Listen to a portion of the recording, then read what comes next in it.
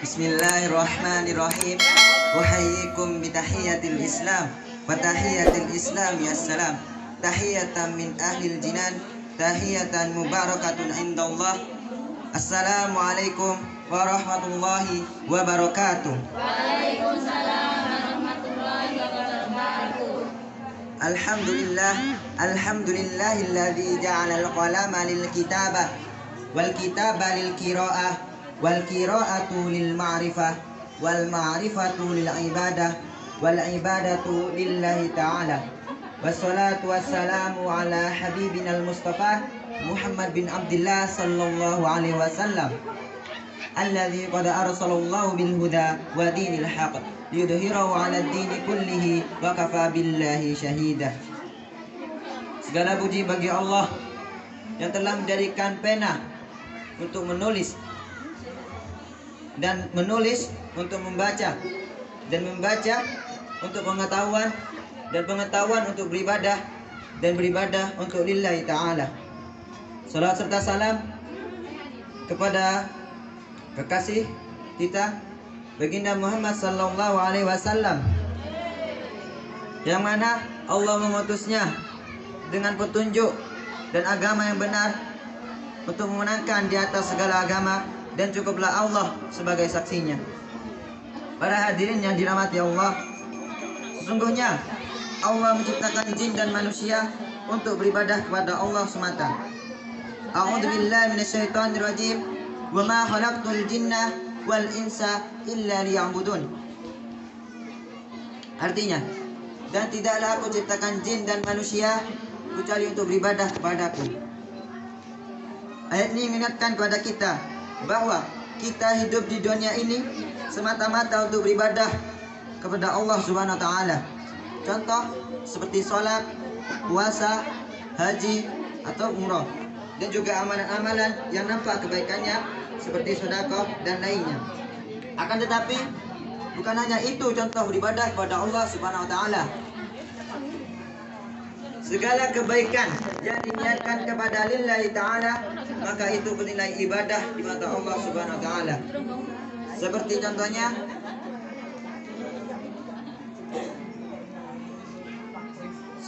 contohnya kita mengajar. Kita juga tidak lupa untuk mengawali dengan bismillah. Diniatkan lillahi ta'ala untuk mencerdaskan anak bangsa dan juga lain-lainnya. Sesungguhnya dunia anak-anak berbeda dengan dunia orang dewasa. Dunia anak-anak ialah dunia yang penuh teriakan, ketulusan, bergerak, bermain, dan suka mengamati hal-hal yang baru, dan juga banyak bertanya. Kesepakatan para ulama dan psikologi berpendapat di dalam pembagian perkembangan anak, tahapan itu menjadi 3 macam, yakni tahapan anak-anak usia dini atau balita, tahapan anak-anak setelah balita sampai usia belum balik, dan yang terakhir tahapan anak balik atau menjelang remaja. Kita akan membahas tahapan yang pertama, dikarenakan di tempat ini adalah sekolah bagi para balita. Yang pertama, perkembangan jasmani dan urusannya. Mungkin ibu-ibu atau para pendidik lebih mengetahui daripada saya, seperti kapan bisa berjalan, kapan bisa duduk, dan juga lain-lainnya. Yang kedua, perkembangan akal dan kekhususannya. Di antara 8 bulan sampai 20 bulan, anak mulai bisa berbicara dengan kalimat-kalimat pemula seperti mama, papa, tidak, iya, dan lain-lainnya. Dan pada umur 4 tahun, anak mulai banyak bertanya. Mereka akan bertanya dengan pertanyaan yang kadang belum terjangkau oleh otaknya, dikarenakan rasa keingintahuannya yang besar. Di masa inilah para pendidik atau orang tua harus banyak bersabar. Sekitar umur 5 tahun, anak-anak sudah bisa berbicara dengan lancar dan bercerita, dan anak-anak cepat dalam meniru apa-apa yang membantu perkembangan akal dan bahasanya. Dan juga anak-anak memiliki rasa ingin tahu yang luas atau kepo. Kepo adalah singkatan dari knowing every particular object. Suka meniru dan berkhayal yang menurut mereka itu asyik dan menyenangkan. Maka orang tua janganlah marah karena itu merupakan berkembangnya akal pemikiran mereka, daripada punya anak yang diam dan tidak enak karena tidak ada hiburan di dalam kehidupan kita, atau bisa jadi akalnya tidak berkembang. Nah, maka dari itulah yang dipermasalahkan. Apabila anak suka bergerak, suka berlari, itu wajar, karena otak anak-anak dengan otak orang dewasa itu berbeda.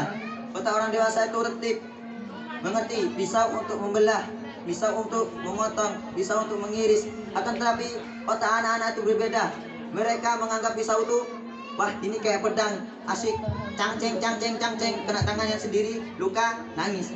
Maka dari itu kita harus menjaga dan juga tidak lupa memberi pendidikan yang terbaik kepada anak kita.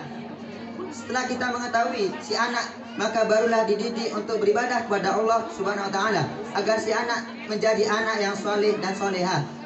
Qala Rasulullah sallallahu alaihi wasallam, "Idza mata al-insanu inqata'a anhu amaluhu illa min salasatin, illa min shadaqatin jariyatin aw ilmin yantaba'u bi aw waladun salihin yad'u lahu."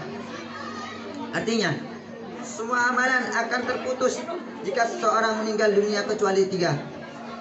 Pertama, sedekah jariyah, ilmu yang bermanfaat, dan anak soleh yang mendoakan orang tuanya. Anak soleh yang mendoakan orang tuanya, kita semua pasti ingin agar anak kita menjadi anak soleh dan solehah. Meskipun kita sudah meninggal dunia, doa seorang anak yang soleh atau solehah bisa membawa kita ke surga. Apalagi mempunyai anak soleh atau solehah, juga pemberani dan lain-lainnya. Seperti pada peristiwa meletusnya Gunung Semeru, ada 2 orang anak, si A dan si B. Mereka memiliki seorang ibu yang tua renta, tidak bisa berjalan. Si A berkata kepada si B, "Wahai saudaraku, mari pergi sebelum gunung ini meletus." Ibu sudah ridho atau sudah ikhlas atas apa yang kita lakukan.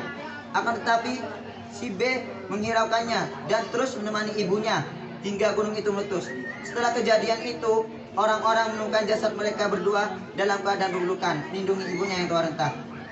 Kisah ini memberi kita sebuah pelajaran bahwa anak yang soleh atau solehah pasti berbakti kepada kedua orang tuanya, karena dia teringat bahwa orang tuanya lah yang merawatnya dari kecil hingga menjadi orang yang sukses. Seperti dalam doa, Allahumma ighfir lana dzunubana wa dzunuba walidaina warhamhuma kama rabbayana shighara.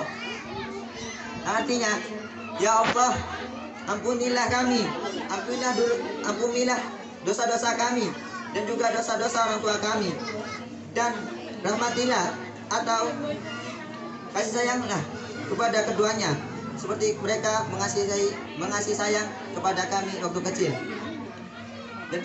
Dan juga kita tidak lupa untuk berdoa kepada Allah Subhanahu wa taala.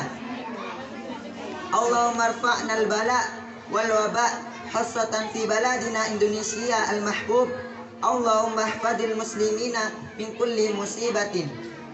Ya Allah, tolong angkatlah musibah dan bencana khususnya di negeri kita Indonesia yang tercinta, dan juga ya Allah, jagalah kaum muslimin dari segala musibah. Baik, mungkin itu saja dari saya. Apabila ada kesalahan mohon dimaafkan, dan apabila ada yang kebenaran maka itu datangnya dari Allah Subhanahu wa taala. Assalamualaikum warahmatullahi wabarakatuh.